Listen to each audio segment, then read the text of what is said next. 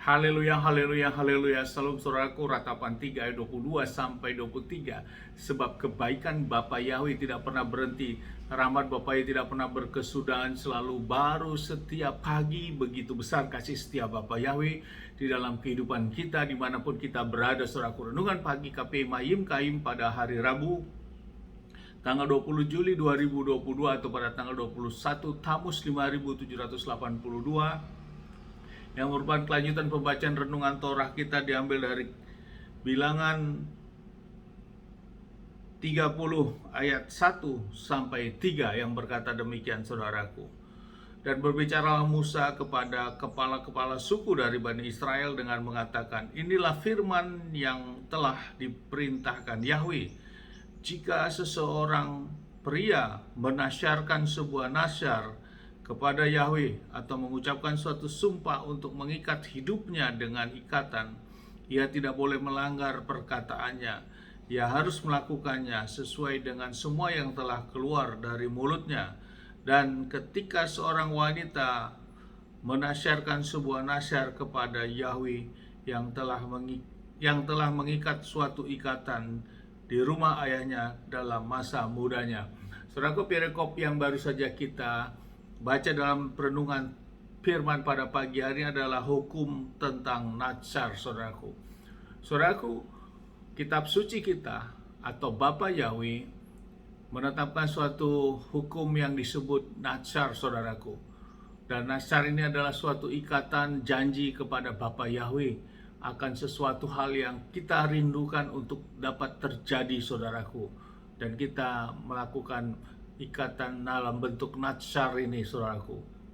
Dan natsar ini merupakan suatu hukumnya Bapa Yahweh, saudaraku. Dan ini sangat jelas sistemiknya Bapa Yahweh di dalam kitab suci kita menulis tentang hal ini. Dan tentunya hal ini dapat kita lakukan juga, saudaraku, di zaman sekarang ini. Hal ini seperti halnya yang dilakukan oleh Hana, saudaraku.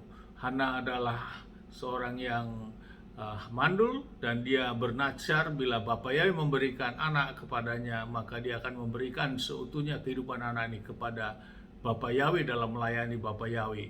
Maka lahirlah Samuel, saudaraku. Hal ini tertulis di dalam 1 Samuel 1 ayat 11, bagaimana Hana melakukan natsar. Demikian juga di Raja Yefta, saudaraku, dalam sebagai raja yang melihat Bani Amon yang begitu kuat, saudaraku, dan dia sangat gentar, dan dia mengambil natsar, saudaraku. Dilakukan oleh Yefta, bernasyar kepada Bapa Yahweh untuk melakukan peperangan itu. Hal ini tertulis di dalam kitab Hakim-Hakim 11 ayat 29 sampai 40, saudaraku. Inilah nasyar yang Bapa Yahweh berikan kepada pendahulu-pendahulu kita, para nabi sebelumnya, saudaraku. Dan nasyar ini juga dapat kita lakukan kondisi sekarang ini. Namun dalam melakukan nasyar, saudaraku, Bapa Yahweh juga memberikan suatu ketentuan dan aturan tentang bernasyar ini. Bila kita melihat apa aturan-aturannya, itu dapat kita lihat, saudaraku, di dalam kitab Bilangan 6 ayat 1 sampai 12, saudaraku, yang berbicara tentang hukum tentang nasyar.